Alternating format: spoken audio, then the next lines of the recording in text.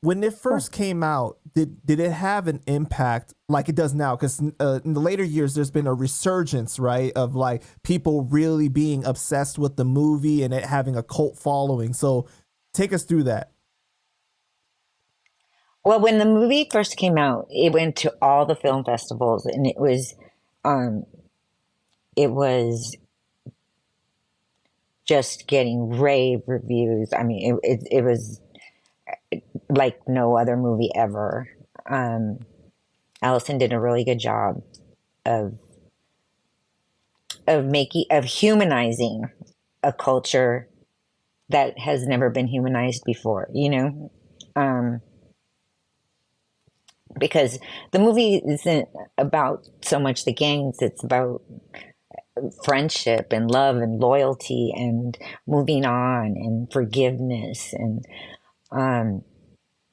there's so many layers that it's not just your typical gang movie, you know? Right. So, you know, and people change and yet things stay the same. It's just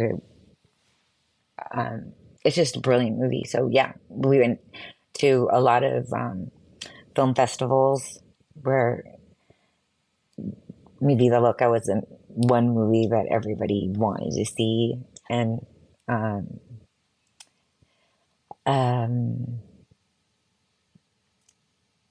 but at the box office, it did not, I don't think, do very well. I mean, like, we did over our, you know, budget. I mean, but it didn't do as well as we would hope it did. I wish they would re-release it. Okay. Because every time it's shown, it sells out in minutes. So. And then in the later years, people started to have an obsession with it more, right? It had a cult following.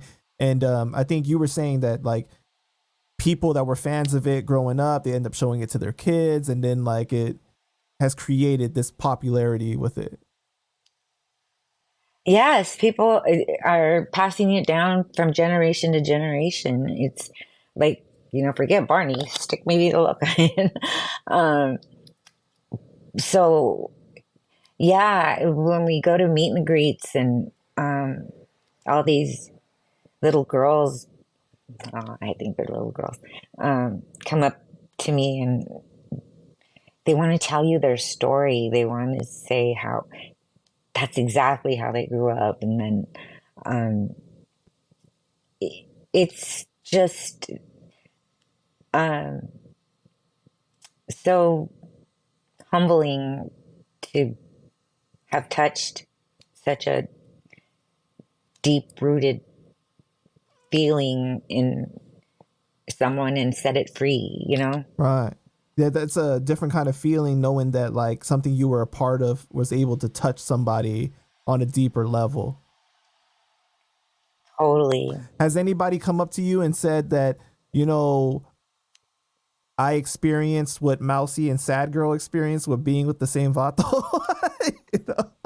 No, actually, nobody ever has. Was No. that crazy to you that was the, you know, synopsis of the No, white people do it all the time. Right? Okay, yeah, that's true. But when you think about it more from like how two best friends, right? Two best friends, that's almost like the ultimate betrayal. It is the ultimate betrayal. Right. I was trying to be nice. But you know. Right. But whether you get pregnant or not, it happens all the time. Yeah. It's very unfortunate. I mean, yeah, it is. I mean, it crosses every neighborhood. Yeah, that's a fact. Yeah. So it was shocking, I think. And I think that Latino people frown upon it way more than other cultures.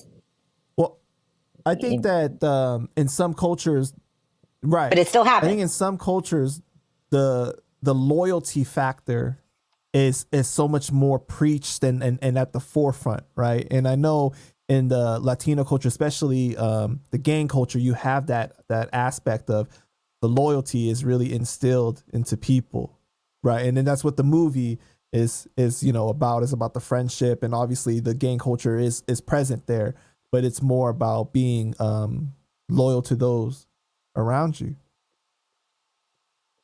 Right. And it's a dying art. Like nobody's loyal anymore. Um, yeah, there's too many choices. There's too many shiny coins. You think that nobody's loyal Yeah. anymore? I mean, to a point, but um, I think I'm uber loyal. So um, I don't know. Like, It's a brave new world with the introduction of technology and how life has become somewhat more complicated in certain aspects. So I can see what you're saying about how there's what you were saying, the shiny coins, and how there's like other things that get into the way that become kind of part of the temptation now, where it really tests your loyalty for friendships, relationships, everything. yeah, like I find it hard, like um, to even keep track of my social media, and I feel really bad, like, um, but the more platforms I have, the less I have to give, I think. Like I can't get into TikTok. Like my TikTok's like lame. And I have two accounts and I don't know how that happened and I need to get rid of one. Um but yeah, my I TikTok's lame. I just stick to Instagram and try to, um answer all my DMs, and Right. not all the time, like I don't get alerted and stuff like that, but because it does take up a lot of time. The It job, does.